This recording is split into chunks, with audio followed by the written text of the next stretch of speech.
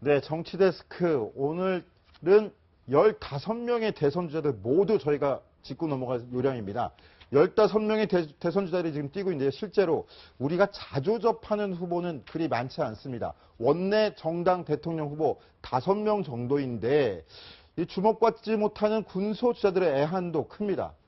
이 애한을 강병규 기자가 직접 만나서 듣고 왔습니다. 역대 최다 출마 대통령 선거라는 기록답게 역시 역대 최장 길이로 제작된 대선 벽보가 모습을 드러냈습니다. 선거 벽보 길이만 7m 80cm, 주의문까지 포함하면 10m가 좋게 넘는데요. 후보들의 면면, 캐치플레이즈를 하나하나 읽기에도 상당한 시간이 걸립니다. 법 규정상 대선 벽보는 인구 1000명당 한 곳에 게시하도록 돼 있는데 최장 길이 벽보를 붙일 게시판이나 담벼락을 구하는 일도 쉽지 않습니다. 주차장 담벼락에 겨우 이어붙인 대선 벽보 사진이 SNS로 퍼지며 화제가 되기도 했는데요. 후순위 기호를 받은 군소 후보들의 벽보는 음침한 구석에 가려져 잘 보이지도 않습니다. 네, 벽이나 담이 좁은 곳에서는 이렇게 벽보가 두 줄로 붙습니다. 군소 후보들의 벽보는 아래쪽에 붙으면서 장애물에 걸리거나 사람들의 시선에서 멀어지게 되는데요. 군소 후보들은 차별이라며 불만을 제기합니다. 소규모 정당 소속이나 무소속 후보를 지칭하는 군소 후보들은 주요 대선 후보들과 똑같이 3억 원의 선거 기탁금을 내고도 여러모로 차별당한다고 말합니다. 원외 정당이나 무소속 군소 후보의 TV 토론은 딱 한 번만, 그것도 군소 후보 9명만 모이는 토론 기회가 전부입니다. 근데 그분들은 한 3번을 통해서 각 분야별로 전문성을 띄고서 얘기를 할 수가 있지만은 우리는 한 번에 11시부터 1시까지라는데 그 한 번에 그거를 9명이고 또 크게 뭐 자기의 뜻을 밝히기도 좀 애매할 것 같습니다. 갈 길은 먼데 기회는 적다고 하소연하는 군소 후보들. 국면까지 쓰고 관심을 유도하는 등 각종 퍼포먼스를 활용하거나 SNS를 이용해 홍보 영상을 올리는 방식으로 유권자에게 다가가고 있습니다. 강병규 기자. 예. 근데 어제 누가 돈을 안 내서 벽보를 안 붙인 사람이 있다 그래서 14명 후보가 붙였다 그러던데 그건 다 붙여진 겁니까? 예. 돈을 안 내서는 아니었어요. 네. 벽보 포스터를 제출 안 해서였지. 그래. 그러니까 뭐 일단 기본적인 군소 후보에 대한 인식이 돈이 없기 때문에 준비가 많이 미진할 거다라고 얘기를 하는 분들도 있는데요. 사실은 뭐 일단 두 가지로 나뉩니다. 이게 생계형이 될 수도 있고요. 이 돈이 없어서일 수도 있고요. 그리고 좀 더 관심이 모자라서 약간 힘든 후보가 있을 수 있습니다. 돈이라는 거는 뭐 일단 기본적으로 돈이 없지만 기본적으로 오늘 만난 김민찬 후보 같은 경우는 일단 기탁금 3억에 이 포스터 한 장만 찍는데 한 종류만 찍는데 2억이 들었다고 하더라고요. 그렇기 때문에 기본적으로 이 개인이 무소속이 부담하기에는 상당히 많은 금액이라고 할 수가 있죠. 일단은 방금 보셨듯이 이재호 후보라든지 김선동 후보 같은 경우는 퍼포먼스를 통해서 이제 유권자들의 관심을 끌어내고 있는데요. 예, 이렇게 관심이 좀 더 필요해서 이렇게 직접 나서는 후보들도 있었습니다. 네, 정치데스크 군소 후보들도 서름을 느끼지 않도록 저희가 기회가 있을 때마다 계속 전해드리도록 하겠고요. 네. 자, 최석호 기자, 이번엔 유승민 바른정당 후보 얘기를 좀 해보고 싶어요. 저희 정치데스크가 단독으로 보도를 해드렸었는데 유승민 후보에 대한 당내 사퇴 압박이 크다. 구체적으로 이번 주말 또는 다음 초에 의원총회까지 소집하려고 한다는데 이게 현실화됐어요.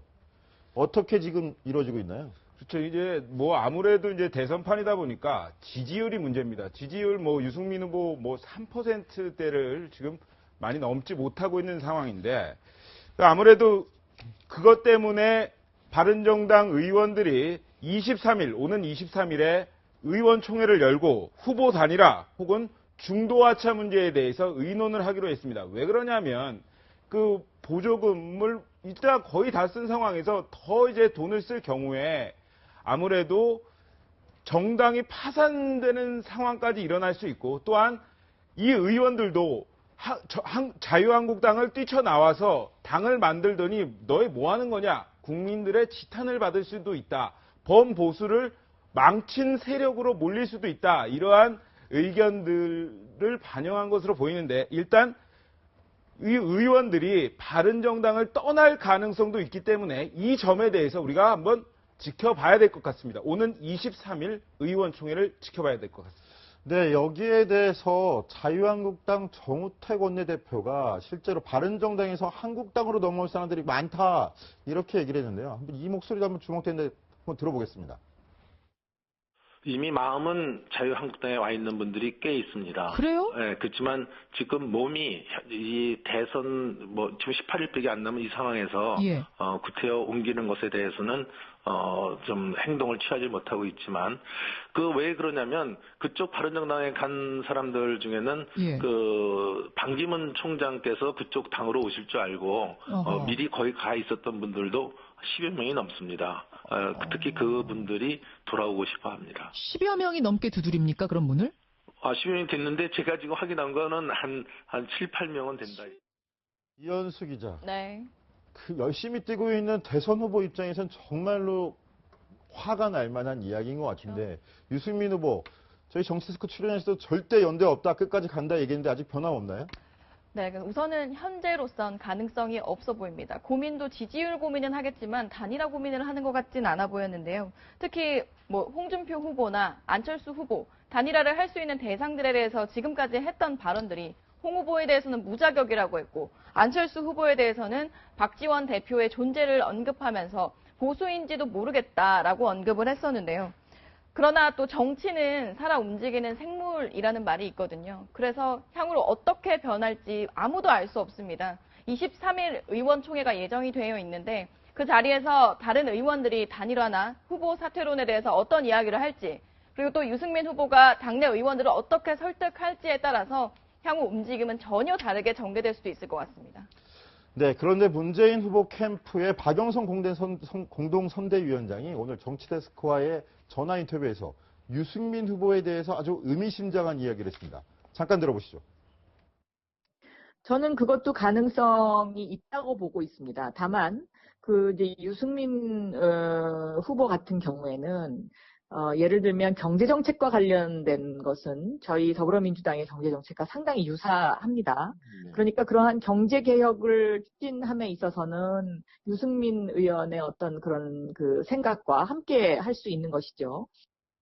네, 박영선 의원 같은 경우는 이제 연정의 차원에서 유승민 후보와 함께 할 수도 있다 이런 이야기를 한 것 같은데요. 문재인 후보와 지금 대선 전에 함께 할 가능성은 적어 보이고요. 그러나 유 후보가 이제 어떻게 이 대선을 마무리를 해내느냐에 따라서 향후에 문재인 후보와의 연정 가능성은 여전히 남아있는 게 아닌가 싶습니다. 네, 정의당 얘기도 한번 해보겠습니다. 정의당 심상정 후보의 TV 광고 영상이 공개됐는데요. 노동운동을 해온 심 후보를 강조하면서 노동운동을 했던 젊은 시절 사진들도 담겼습니다. 함께 보시겠습니다. 묻습니다. 대통령 한 명이 바뀐다고 내 삶도 과연 바뀔까요? 장관은 왜 1억 2천씩 다 가지고 와요? 국회의원은 왜 1억 4천을 다 받아야 되고 졸라맨 허리띠가 없어요? 200만 원도 못 받는 940만 노동자들 허리띠 졸라매는 게 아니라 목 조르는 거예요. 한결같은 삶으로 평생 노동자의 편이었던 심상정. 마침내 노동이 당당한 나라를 향해 출사표를 던집니다. 네, 이현수 기자, 네. 노동의 친근한 이미지를 부각하는 광고인 것 같은데, 근데 정작 정의당 내부에 대해서는 신 후보에 대한 공격이 좀 강해지고 있다 이런 얘기 나오잖아요. 그렇습니다. 2차 TV 토론회부터 그렇습니다. 2차 TV 토론회에서 이제 심상정 후보가 사실상 엄청난 송곳 검증 질문으로 정확한 질문으로 문 후보를 사실상 공격을 했었는데요. 같은 편끼리 왜 그러느냐며 정의당사의 지지자들의 항의 전화가 반복되고 있어서 사실 당 업무까지 마비가 되고 있다고 합니다. 심 후보 입장에서는 사실상 더 선명한 야성을 보여야 하는데 문 후보를 공격하면 오히려 자신의 근간의 지지층들이 흔들리는 좀 딜레마적인 상황을 겪고 있습니다. 네, 정치데스크 오늘은 15명의 대선 주자들의 악재에 대해서 말씀을 드렸는데 다음 순서에는 긍정적인 이야기만 갖고 돌아왔으면 좋겠습니다. 60초 후에 돌아오겠습니다.